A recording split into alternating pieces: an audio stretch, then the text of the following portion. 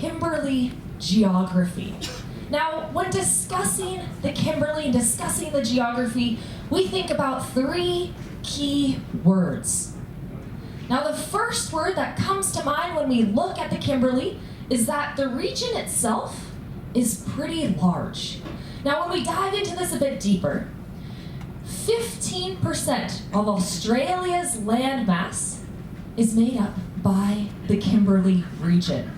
Now, when we break this down even more, 15% of Australia's landmass, well, the Kimberley region then is actually larger than 75% of the world's countries by area.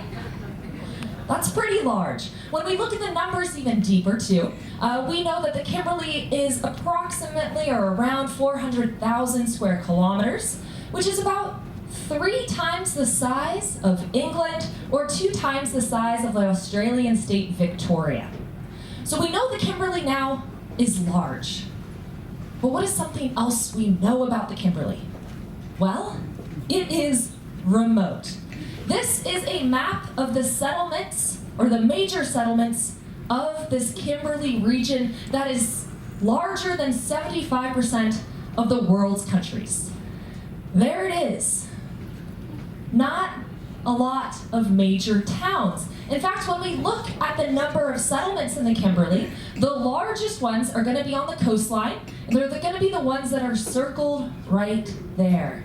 So there's 6 main settlements in the Kimberley, and about 200 smaller communities too that may be made up of just 100 or slightly more Aboriginal peoples that are scattered around the Kimberley as well. Now, the population size for this large, vast area, including all of those settlements, including all of the main towns, well, the population is 39,000 people. When we take away the gateway town of Broome, which is about 14,000 people, we're left with only 25,000 people living in the Kimberley. So this is one of the lowest people per hectare areas in the world. There's about 8 people per square kilometer. But let's look at something else. What do you notice about the coastline? It's jagged, it's rugged. Thank you for saying rugged, because that's the next word. It's a rugged coastline. So this is where we get to a bit about the geology. Now, who here, I want you to raise your hand proudly if you're like, I love rocks. That is way more people than usually raise their hands in this audience and in this talk. Yes, rocks, they're amazing. Here in the Kimberley, we have this phenomenal geology. So if you are here and you are not one of those people who raise their hands that you proudly love rocks, I promise you, by the end of this voyage, you will love rocks, you'll love geology. So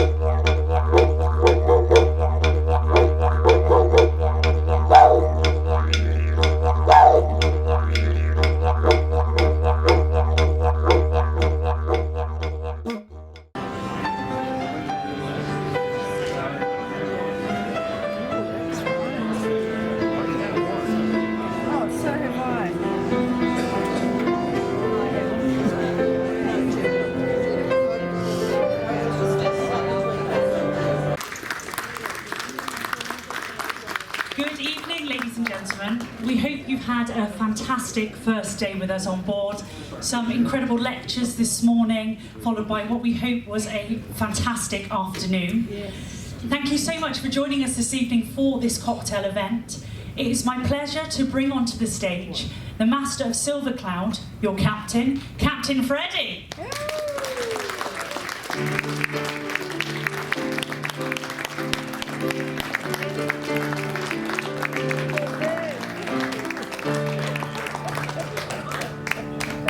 Thank you very much, Joanna. A very good evening, ladies and gentlemen. My name is Freddie Lichtelum, and it's a pleasure to be the captain of the Silver Cloud. On behalf of Silver Sea Cruises, the officers, the crew, the staff, and myself, again, a warm welcome on board. You had a taste today of the Kimberleys, was it good? Yes! Wonderful. Now, I'm glad we got to operate here. I am from South Africa in Cape Town. Anybody been there? Yes. Oh, the majority. So let's switch over to Afrikaans. Goeienaand, dames en heren. So a little bit of background. I started my seagoing career back in 1996, mostly on container ships, diamond mining ships, survey vessels, hopping around, not really knowing what I wanted to do in this career. And in 2002, I did my first Antarctic voyage, and I realized this is a great adventure. And since then, I've been mostly working on research vessels, Antarctic supply vessels, but most of my career in polar waters. In 2017, I joined Silver Sea, and the Silver Cloud was actually my first vessel, and I joined here as an ice pilot. They just converted the vessel to an ice class vessel, and I joined it as an ice pilot. Since then, I've sailed on the Silver Explorer, which is no longer with Silver Sea, and Silver Wind, and the Silver Cloud. So I'm more on the expedition side, and not on the classic side. And I've got the privilege to bring you to this marvelous places, these remote places. So the Kimberleys is exactly one of those places. I've done it already twice in the last couple of years. And I love the scenery here. The sunsets are just absolutely beautiful, and the wildlife is something amazing. So I truly invite you to tap into the knowledge of our expedition members. Go on each and every outing and create an amazing memory and adventure. So, ladies and gentlemen, I know that you could have chosen many of Silver Sea's ships, and I'm glad that you chose to come with us on this voyage. And I do hope that we can showcase this beautiful place to you. You will get to know all the crew members, hopefully, during the course of the voyage, and I would like to introduce you to all 236 of them. But yeah, then you might not have dinner, and it will take all night to do that. But towards the end of the voyage, for sure, I will definitely bring some of the crew members onto the stage.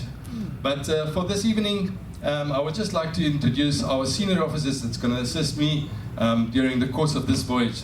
So, ladies and gentlemen, let's give a big hand for the senior officers of the Silver Cloud.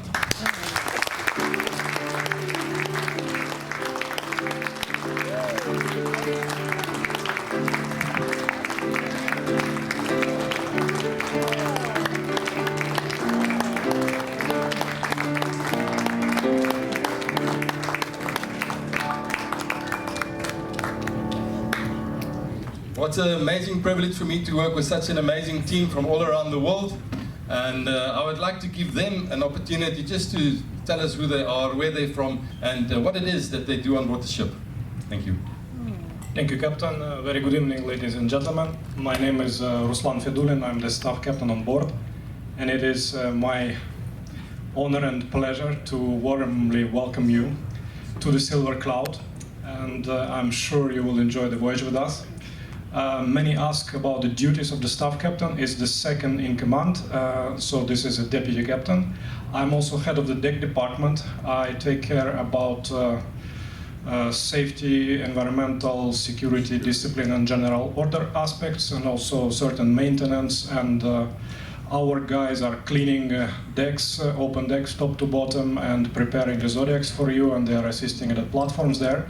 So also on behalf of the deck department, I wish you a fantastic voyage with us. And just sharing with you one secret, we have a tradition here on board that if you have any issues, please find me and talk to me, and I will make sure that everything is fine. And if you have anything nice to talk about, please approach our captain.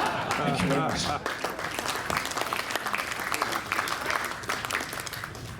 Good evening, ladies and gentlemen. In this time I need to say something fun, but I am the most serious man on board. I am the chief engineer and responsible for all technical department. My name is Marian Kuzhukharov and I'm coming from Bulgaria, Europe. On behalf of my team, I wish you wonderful cruise. Good evening, ladies and gentlemen. We have already met a few times now. My name is Marike, and of course I'm responsible for all of your activities outside. I really hope you had a wonderful afternoon in Kulama Bay, the spectacular river. Thank you, and we look forward, of course, to another great day tomorrow. Thank you. Thank you, Marike. How do you go after Marike? Lots of experience, ladies and gentlemen. Marike and I used to work 15 years ago on expedition ships, and I'm surprised to see she does not age. We need to ask what she's reading. So my name is Sujit. My job is hotel director. Born in India, raised in UK, studied in France, now living in Dubai for taxes, which is great, trust me. We look forward to giving you a great time. So welcome aboard, enjoy your voyage. Good evening, everyone. I just realized I'm the only in white.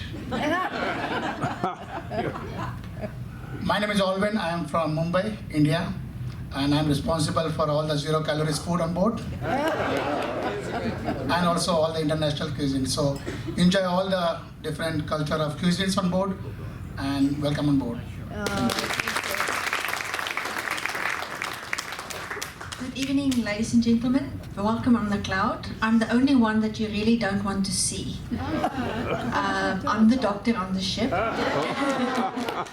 So I'm from South Africa, Richards Bay, not Cape Town. Cape Town is a beautiful place, Richards Bay not so much. I've been working on ships from 2014. I was working on the bigger ships, and I'm very happy to be on the smaller ships. This is my second contract on the cloud. Thank you. Good evening, ladies and gentlemen. My name is Juliana. I come all the way from Brazil. And as Human Resources Director on board, I consider myself the luckiest one because I get to spend all my time with our wonderful crew. I'm very confident they're going to offer you a fantastic voyage. Thank you. Good evening, ladies and gentlemen. My name is Yulia. I'm from Ukraine and I'm financial officer on board. Together with my team, we're taking care of the ship clearance, crew payroll, and the most important, your credit cards. Welcome on board, and we wish you a wonderful voyage ahead. Good evening to everybody. I am Carmen. I'm Mexican. I was born in a little town of 28 million in Mexico, Mexico City. Regards my job is also related to credit cards, but a little bit different.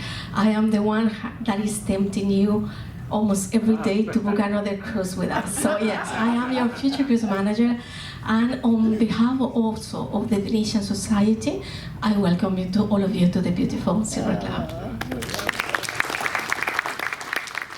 Good evening, ladies and gentlemen. My name's Joanna. I come from the UK. I'm your entertainment hostess on board, so I do a little bit of the activities outside of expedition. We had a great turnout for trivia today. If you didn't make it today, please come tomorrow. And myself, along with Federico, our resident pianist, and Igor, our guitarist, we will provide you with some evening entertainment before and after dinner. So we'd love to see you there. I'm looking forward to getting to know you all, but just have a wonderful trip with us here on Silver Cloud. Thank you.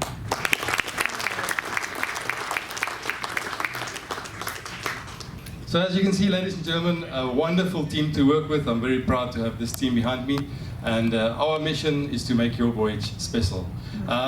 So it's a tradition with us just to raise our glasses to a special voyage, to great memories and great adventure. So cheers. Cheers. Thank you. Ladies and gentlemen, a round of applause for the senior officers of the Silver Cloud. And of course, the master himself, Captain Freddie.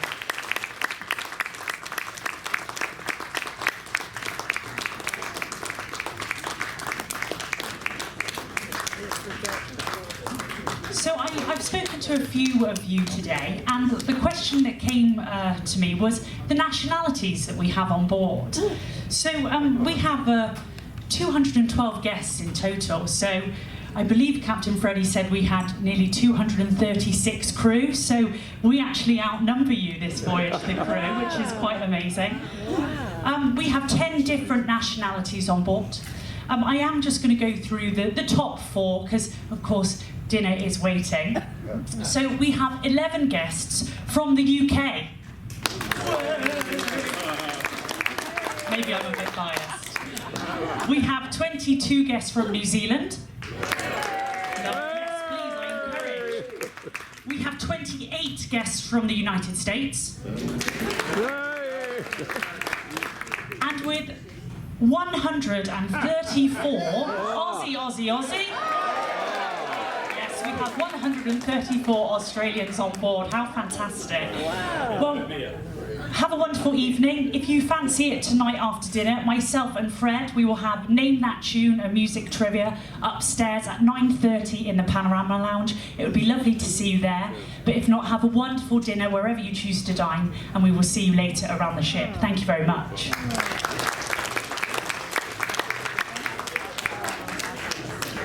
Excited that you're here, and you should all be very excited to be here because you're looking at art that is dating between 5,500 years to beyond 12,000 years. Very, very old art.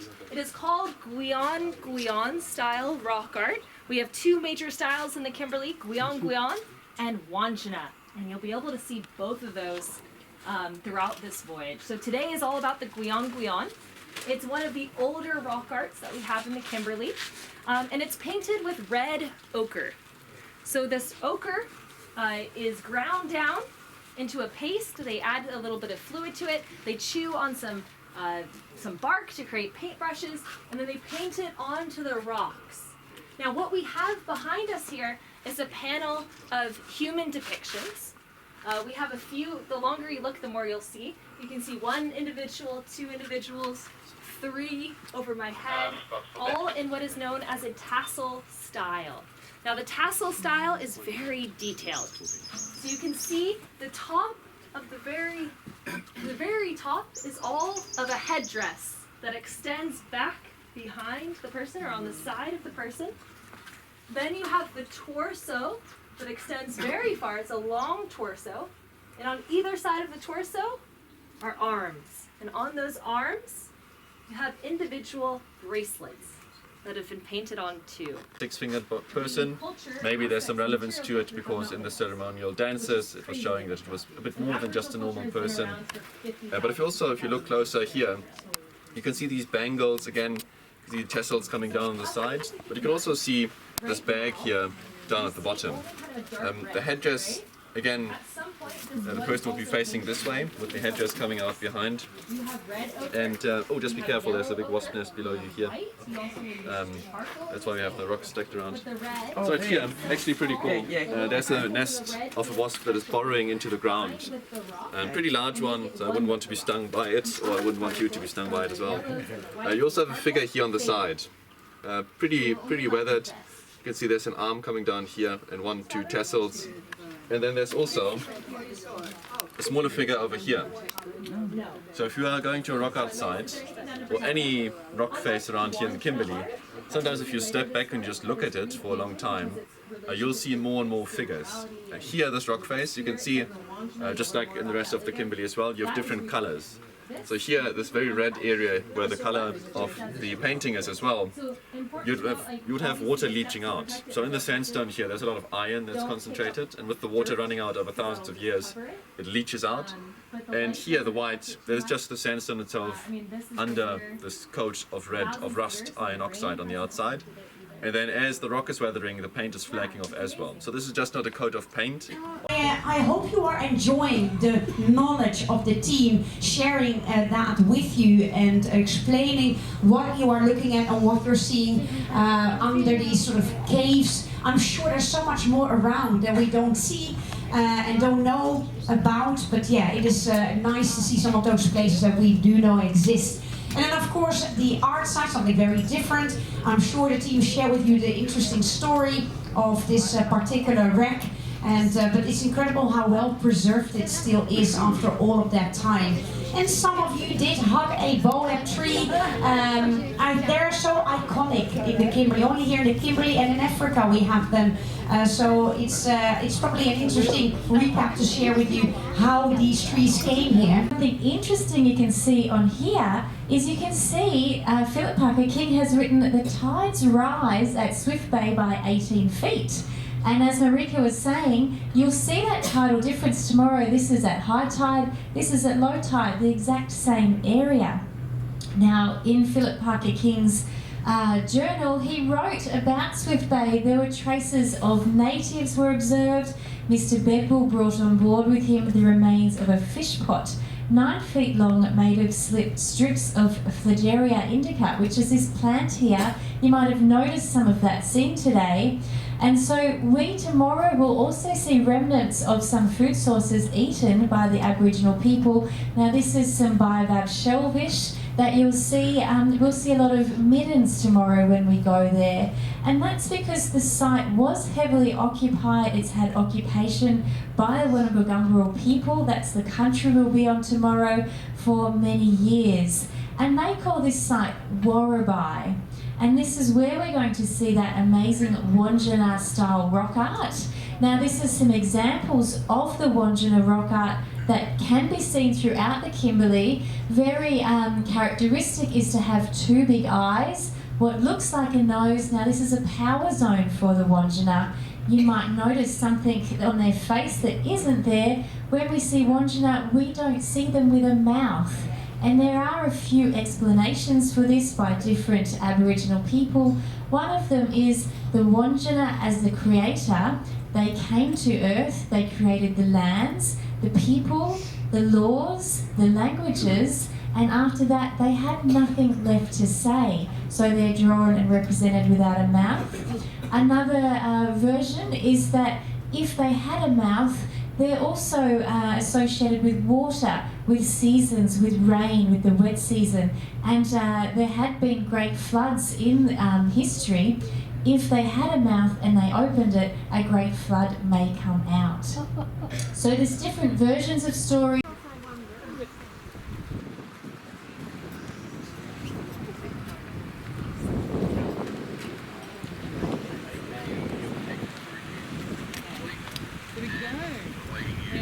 Under the yellow one. Did you bring any things up here? Yep. Up and then down.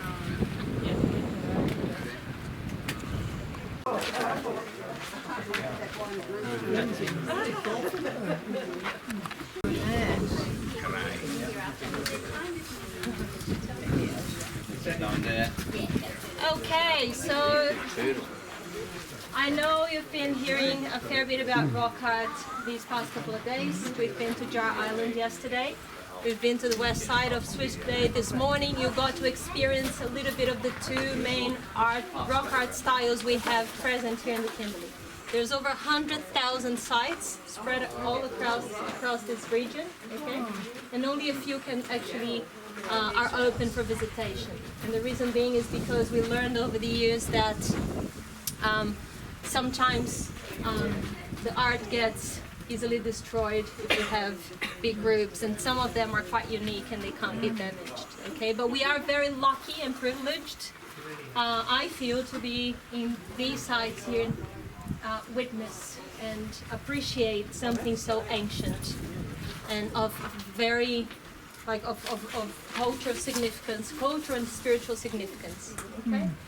With other groups, I kind of started with the big things, but I'd like to actually point out a very subtle little painting that for me is very important. And it's this little one over here, right here. And it's a handprint. Okay? And the reason why I'm pointing it out is because this is probably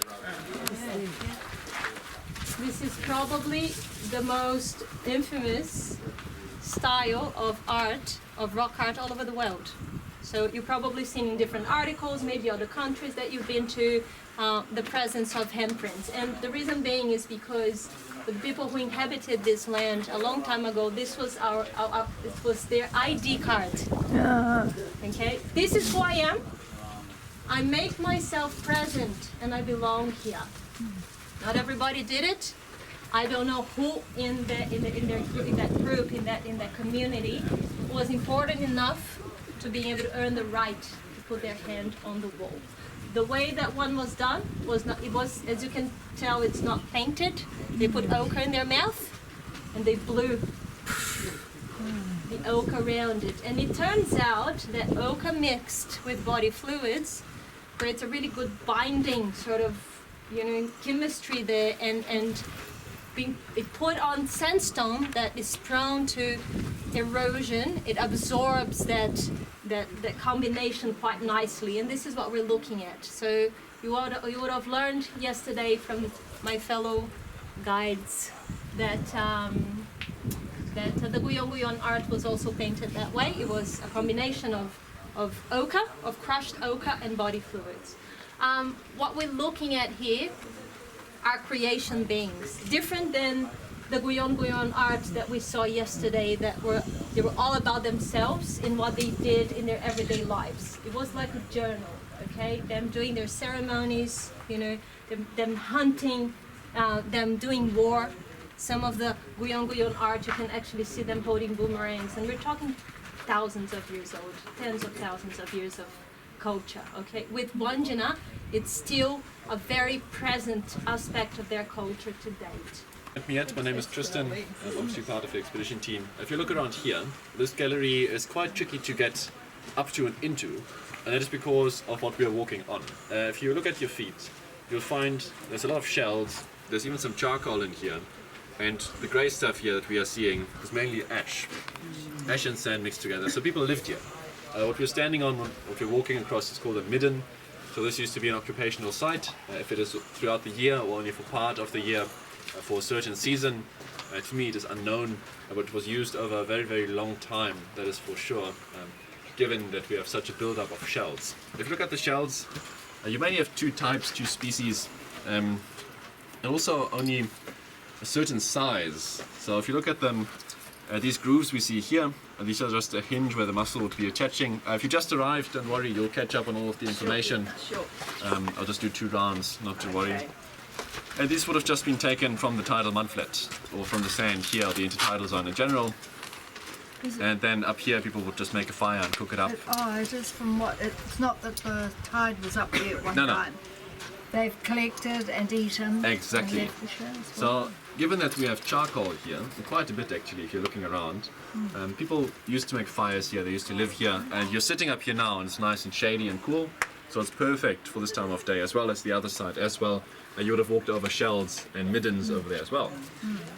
So, for this side, the main points of interest, I'd say, are 2 things. For once, we have this row of birds down here, and what do you think? Do they look more like ducks or more like oyster catchers? Oyster catchers. Oyster catchers. Oyster catchers. If you look at the bills and the heads, maybe, maybe not. Well, officially they're supposed to be oyster catchers, but we get sometimes people who are stuck on them being ducks or them being oyster catchers. So we have 2 teams forming on the ship, pretty much until the end of the trip. But we definitely do see that here we have a red outline and a white infill. Here also, if you look around at the ceiling, there's a lot of white paint being used, contrary to what we've seen at the Jar Island, where only the red ochre was left in the sandstone. Here we still have a layer of paint on the surface, and it has not yet seeped into the rock and eroded on the surface, which is quite nice. What you see also here, you can see these hand stencils with the white paint on the outside. It's mainly clay, but you also get a hand stencil here at the ceiling. So here, you'll see it later as well as you move around. You have somebody putting white clay on their hand, sticking it against the ceiling, and the red paint on the outside, you can see the paint splashing across. So you put the ochre into your mouth or into a reed or a straw, and then just blow it across and cover your hand and do an outline on the outside. But not only hands are outlined on the rocks here. If you look over here, you also have a foot. So an outline of a foot, not just one, but 2 over here, and this symbol here is thought to be related or thought to be in relation with fresh water or rain. What it means exactly, I do not know. The only reliable information we have here is from the website of the Dame Mangari, which are managing the country here, and it's mainly on the Wanjana, the boss Wanjana you've seen earlier, and these ones being oyster catchers. Everything else is up to interpretation. But what we can tell definitely is that we also have some fish. So if you look at the ceiling here, you'll see it later as well as you move around. You can see these white stripes across and a tail here. And also you have a single eye and there's no stripes or scales at the head. So this probably, it looks a lot to me like a batfish. Lots of those around here. So people will paint what is relevant to the table, but also relevant to their stories and to the ceiling. And if you look up here, above me, you can see three big figures. If you're at the back, you're going to see it later on as well, don't you worry. But you can see they have two big orange eyes, or big reddish eyes. All three figures here, they look very similar to Wanjanas because they are. What is special about these ones here is that we see the entire body. So you can see all the way from the feet to the very top of their head, the entire figure depicted, not just shoulder up with the big halo like you've seen other places before. So this is quite interesting, quite different to other sites that we are visiting. This one as well, the white outline, red infill. And you can see on their elbows and on the upper part of their leg that they have these adornments here. So they look a bit more like the dancers that you've seen in different photos or you might have seen in Kaz's presentation. So these ones look like they are in ceremony, but still they are Wanjanas. So there's not just one single Wanjana where many stories are revolving around this one single individual. There are different Wanjanas in different parts of the Kimberley. Let's calm right down. We had only a little bit of chop in the end, but only on the way back. So, did you have a nice day? Yes. How many went on helicopters? Quite a few. That is spectacular too, isn't it? But also the art. I think you will agree with me that both art sites were very different. And I'm very happy that so many of you came ashore to have a look at that. Because it's not many or so often that you can see that art so up close and personal. Let me see if my clicker wants to do the job. Probably not. I'll do it like that. Here we go. So this was our beautiful morning, beautiful silver cloud in that really calm bay. And again, these beautiful turquoise waters. Did you notice the sky? Yeah, that was really cool as well. And of course, we were there, oh, the wrong way. We were there to see that spectacular art in the first gallery. And I think you may have noticed, I shared it with some of you, if you use your iPhone, these colors come out more even. But the wallaby and beautiful Wanjana art, and I think the more you were looking, the more you found. And yes, we had to put the tarp down to get you on your backs, but I think in some of those places where you had to lie your back, that was where the most magnificent art was actually hiding. Especially this one, the big Wanjana with the children, so to speak. Did you see some of these handprints as well? Yeah. I think when I think about our children at school, you know, you put paint on your hands and you put it on paper. Same kind of idea. And then, of course, in the afternoon, we went to the east side, and we actually had water at the beginning of the landing, more than this. This was already probably about 45 minutes in, and I have a picture at the end, sort of when it was pretty much dry, but we had to really keep an eye out for these boats. I knew exactly what was happening, I planned, I knew it was going to be dropping, but of course we still do not want to get stuck. So of course we started on this side of the landing, and then we moved all the way on this side of the landing. But it all worked out really well, and I think what was nice is that you had an opportunity to explore that mangrove flat. It's not very often that you have an opportunity to walk towards and through that mangrove area that Jamie took you through.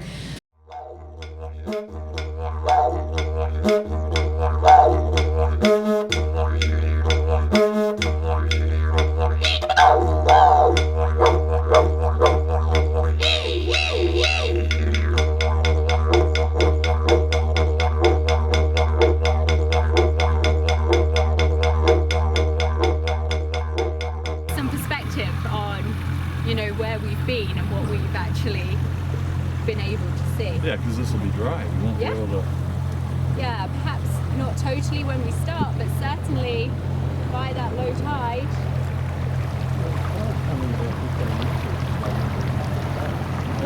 I think too quick now to put that into centimetres, but yes.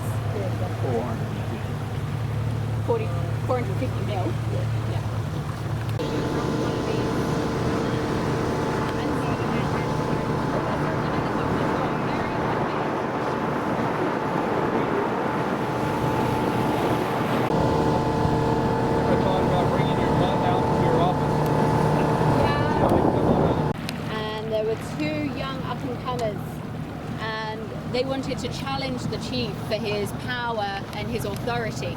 So they did, and they lost. And so the chief turned them into Indian head. So you have one this side, and actually just on the other side, hidden to us here, there's another one. And that's the two boys who were turned into rock for challenging the chieftain, so as they can look over their homeland and keep a watch. Yeah. This is Indian head on the point. Yep. Yeah, that bit that's sticking out. And you can kind of almost make out like a bit of an eyebrow, a bit of a nose, if you use your imagination a little. Can you see that? Yeah, squint your eyes. So if we see something, I'm going to talk about something, I usually stop the Zodiac or slow the engine down just so everybody can hear. Otherwise you just get a whole lot of engine noise. Now a really good place to see crocodiles is often along the water line, so as the water edge meets the mud flats, that's a good spot to see them. And sometimes you just see the eyes or the nose sticking up from the water. You might see their tail a little bit as well. Or today, because the mud flats are becoming more exposed and also the temperature has increased, you could see them on the bank as well. But we can also see them in the water, so you can really see them anywhere. Now Zodiac around so we all get a good view of it. But I can't get in too close just to be a good distance from it, but also because of the mud. It's a bit shallow. The best way to tell sushi from fresh is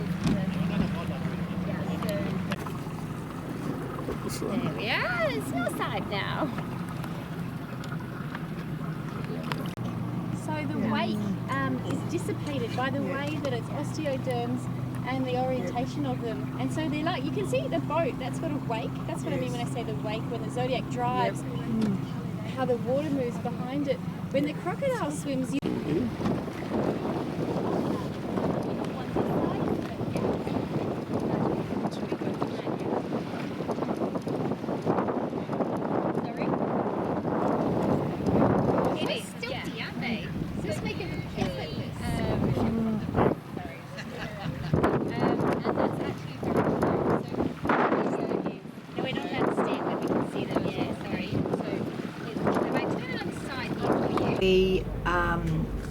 the guardians of this area.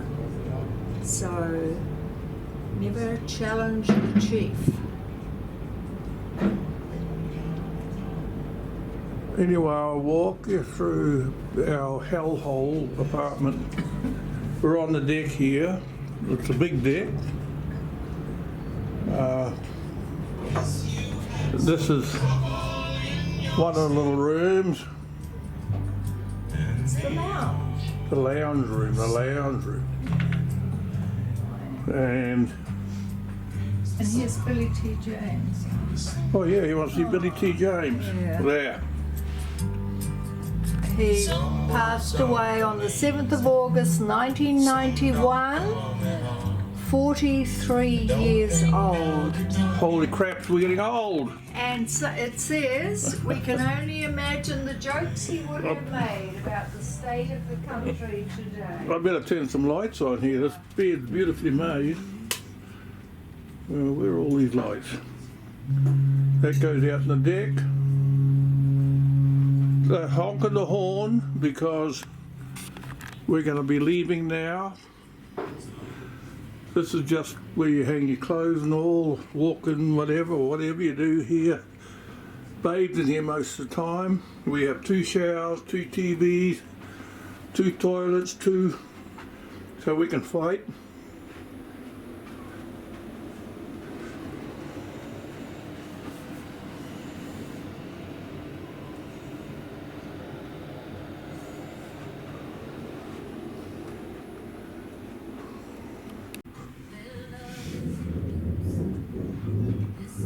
We're just pulling up the anchor because we'll be leaving now. So this is my little bathroom, shower, toilet, and everything. His and hers. So all good. But this is Executive Chef Olven. Olven comes from India. Have we been enjoying the food that we've had on board? That's what we like to hear. So as you came in, you saw our wonderful picture. So this is some of the fish that we have on board at the moment. We've got some local fish and another fish selection. So in the upcoming days, you're going to have the opportunity to try all of these wonderful fish options from our menus in La Terrazza, the restaurant. One of the previous nights, you did have barramundi. I do have a few bits of information about barramundi. Here we go. It's a white-fleshed fish with a sweet, mild flavour and firm texture, similar to snapper and sole, which was on the menu in the restaurant last night, and I believe you can find it on the menu tonight. Dover sole, yes. The word barramundi comes from the Australian Aboriginal word language, where it translates to large-scaled river fish. Part of its life cycle is spent in rivers and estuaries, so barramundi can live in freshwater as well as saltwater. Wow. The reason I am here is just take note of these fishes, because it might turn up in a trivia in the next couple of days.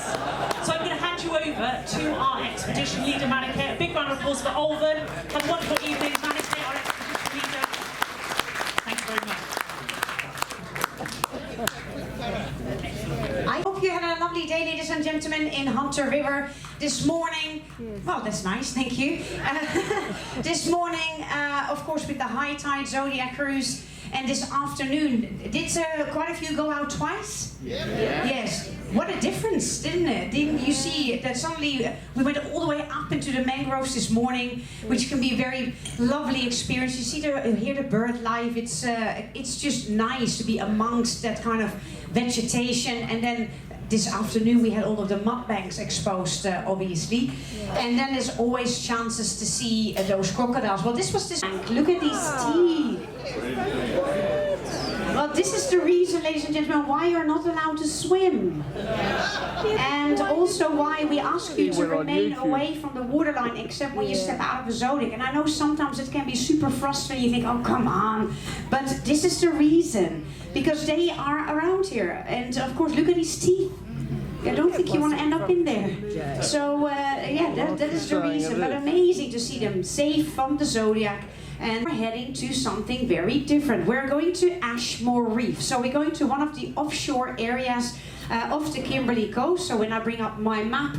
So Hunter River we were today. We're going to go out to Ashmore, which is about 222 nautical miles. So we are going quite far. That means that we will arrive tomorrow in the afternoon because we have quite a distance to travel to get there. So we cannot do that overnight. We have a morning on board, but we are going to use that very well tomorrow morning to get you ready for Ashmore. Now, the territory of Ashmore and Cartier Islands is uninhabited, and is of course an area that belongs to Australia, consisting of actually 4 low-lying islands in 2 separate reefs. And the territory is located in the Indian Ocean, situated on the edge of the continental shelf, about 320 kilometers off the northwest coast of Australia. So that's where we're heading, and of course south of the Indonesian island of Roti. So right there is where Ashmore Reef is. When we blow it up a little bit, you can see the territory has Ashmore Reef, which includes 3 main islands: West Island, Middle Island, and East Island. And we are going to be spending time around West Island tomorrow, and we're also going to be anchored right in the, I don't know if my little light works, let's try.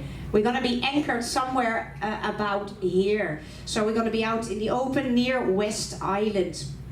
The islands are quite small, 54 hectares for West, 130 acres, or 93 hectares for East, and 112 hectares for Middle and East Island, 112 hectares. Little islands right over that reef, but we're going to be focusing our area or our place of interest around West Island. Yeah, that's a good idea. Okay, we're on the ship. Diana, what are you having here? Lasagna. Ooh, it's hot. Lasagna. Lasagna? Yes. Nice. And we'll come over to Christine. And I'm having the fillet of pork. Looks very yummy.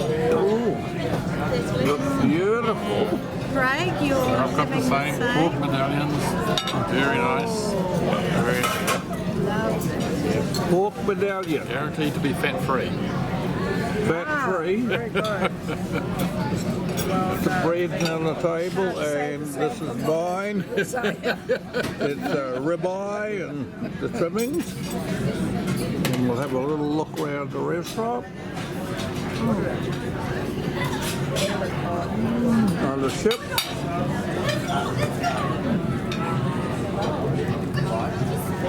So we'll go and enjoy. You, Craig, what do you got? Raspberry Bavaria or something with a ice cream on the side. Yeah. Keep the calorie intake up. Looks good. And I've got black forest cake. Look at that. That is so nice. Oh. Okay. Hold it up. Here we go. Oh, I'll get you too. Diana, what do you got? I think it was chocolate brownie or something. Chocolate brownie. Oh, Craig, what was yours? Raspberry. And we'll get the Want to mine. hold it up or? Oh, wow. Looks Yeah. beautiful. Okay. And Ian? Again, we'll look around. Oh, look at that. Okay, Craig, what do you got here? Affogato with the Baileys. Wow. And the coffee shop. Ian's definition of heaven. Ian's definition of heaven. I think it is heaven. Phil, Paul. Okay, Paul. Thank you. Righto.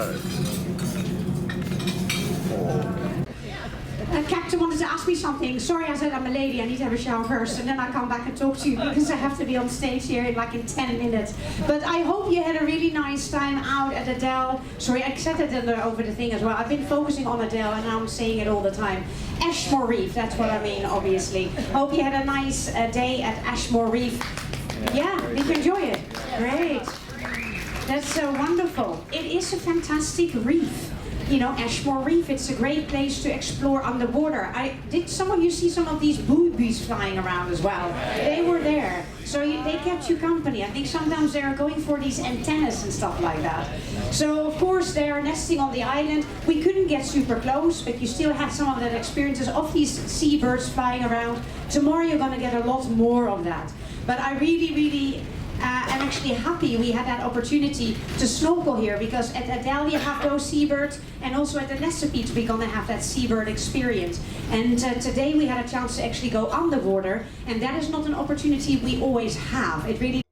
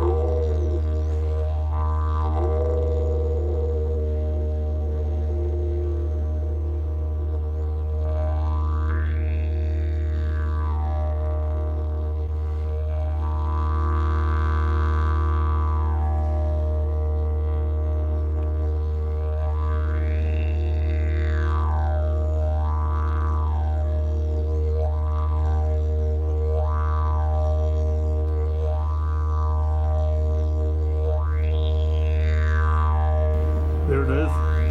Green flag. I got it.